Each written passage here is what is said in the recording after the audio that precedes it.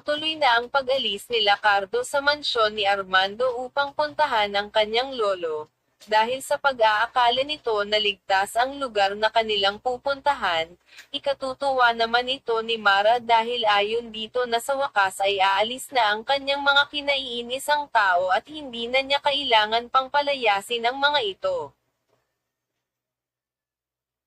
Samantala, hindi pa rin mawala ang pagdududa ni Diana sa kanilang pupuntahan, ngunit nakapagdesisyon na si Cardo dahil malaki ang tiwala nito kay Lolo Delpin, sapagkat hindi umano sila ilalagay nito sa kapahamakan.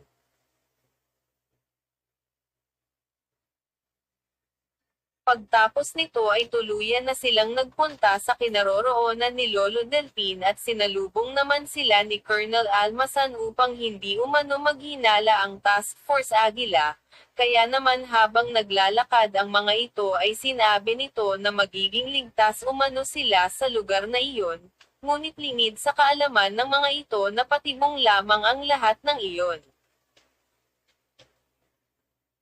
Pagpasok ni Cardo ay bumungad sa kanya ang masaklap na kalagayan ng kanyang lolo. Walang kaalam-alam ang Task Force Aguila na napapalibutan na sila ng mga pulis at nakahanda na silang arestuhin ang mga ito.